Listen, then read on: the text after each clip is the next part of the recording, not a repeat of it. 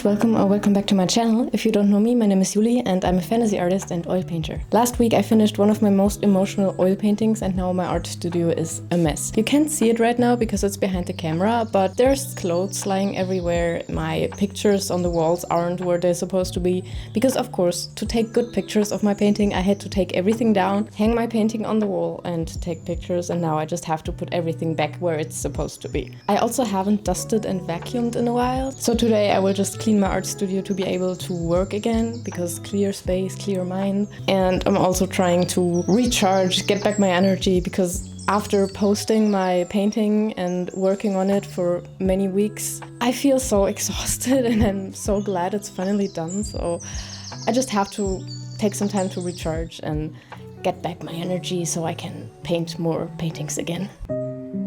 I will use this section of me cleaning my studio to talk about some things that are on my mind lately, because I've been feeling so paralyzed for the last few weeks.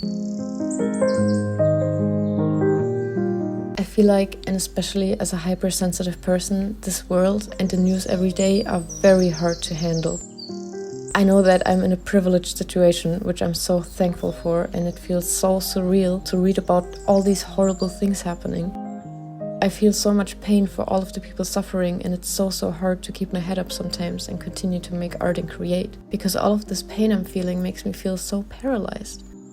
I also can't look away because these things are still happening and I want to stay informed. Aside from the world pain, I also needed some time off from painting after I finished my latest oil painting, Bleeding Hearts, which took 7 months to complete. Of course, I didn't paint every single day for 7 months straight. I took a long break because we moved and now it's finally finished and I'm happy but exhausted. If you watched my video about my neurodivergent struggles, you know that I struggle with executive dysfunction a lot, especially when I'm feeling depressed and anxious, so I felt really bad for not painting and filming, for messing up my YouTube schedule, and for not being productive. Those past few weeks I've also asked myself a lot why I'm making art, what message and feeling I want to give my viewers, and I think now more than ever I just have to keep creating for the sake of contributing something beautiful and hopeful to this world. There's so much hate, so much incitement, and I refuse to take part in that.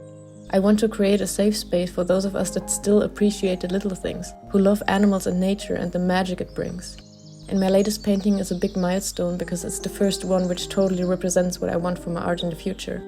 But I have to say that this is a very special painting with a deep personal meaning, and my next ones will be a bit more wholesome and cheerful. And I will try to not be too harsh on myself in phases where I can't work like I want to because everything feels too heavy.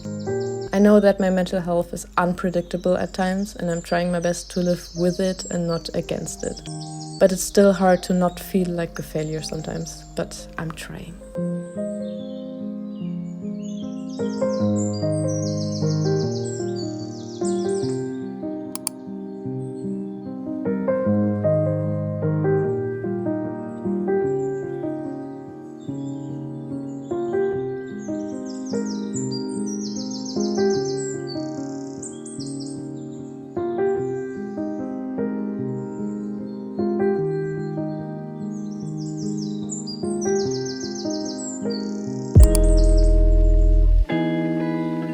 Hello, it's me again. I didn't film for a long time. That last sequence you saw of me cleaning my art studio was like 3 weeks ago or so, maybe 4. Maybe you noticed that I didn't upload a long-form video in June on this channel at all. I posted several shorts, but I don't know, I had kind of a low after finishing my last painting, because as I already explained, it took so long. And I was just so glad that it was finally done, because I spent so many sleepless nights trying to finish it. And yeah, now that it's done, I just needed some time off to just rest and collect myself. I still did art in that time, of course, but yeah, I just didn't film myself because I did not feel like showing myself on camera. My mental health was really bad at some points, especially with everything happening in the world. I am someone who tries to stay politically informed, and sometimes that can be very soul-crushing because there's so much shit happening. And yeah, sometimes it's kind of hard to handle, but I need to stay informed. Like I want to know what's happening. So yeah, it's a blessing and a curse, I guess. Most of the stuff I drew in those 3-4 weeks was tattoo designs, because I'm actually starting to tattoo again soon. I'm so excited. I know I didn't really talk about it on this channel, but it's been something that has been on the back of my mind for longer now. As some of you might know, I had a terrible autistic burnout last year, at the end of last year, and it caused me to stop tattooing completely. But now, half a year later, I think I feel ready again. I already have some appointments booked, and it's all wanna-dos, and I'm so excited to finally be tattooing again. I'm a little bit scared because I don't want to fall into old patterns, and I also don't want to burn out again. But I'm confident that with my experience that I have now, I will find a way to make it work for myself. But yeah, I want to show you the tattoo designs that I drew in my time off. I don't really like to call it that because I was still working. I just didn't film myself, but I was still working. I made new designs, but I also reworked some older ones, and I'm really happy with how they turned out. Okay, so here we have the first two. The frog is an older design that I reworked. I made the outline of the stars orange and added a little bit of black background to make it more pop. And the ladybug is a completely new design, which I really love, especially the little mushrooms. I think it's so adorable. Next we have these 3 designs that I also reworked. I added a little background to all of them, and I think they're really cute, especially the frog. I would get it in an instant. Maybe I will if someone isn't getting it before me. Next we have this sun-moon sword combo that I did for the calves. It would be so cool if someone got them both as a pair. Like, imagine someone having these on their calves. That would look so cool. I'm manifesting that someone is getting these.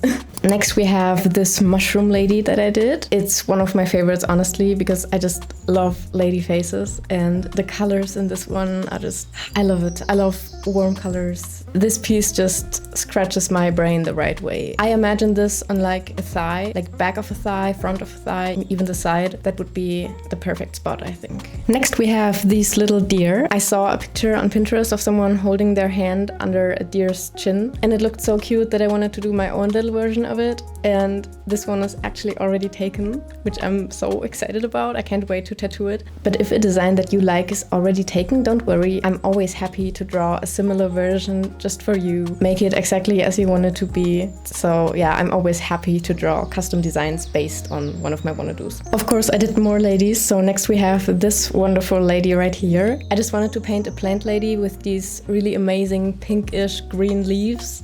Sadly, I don't know what they are called, but you see them in my drawing. And I think it turned out so cool. I love the pink hair in contrast to the brown skin and the pink leaves. It's one of my favorites. After painting the deer, I wanted to do a little bunny flash sheet, so I did this. They are adorable. I love to tattoo pink pieces.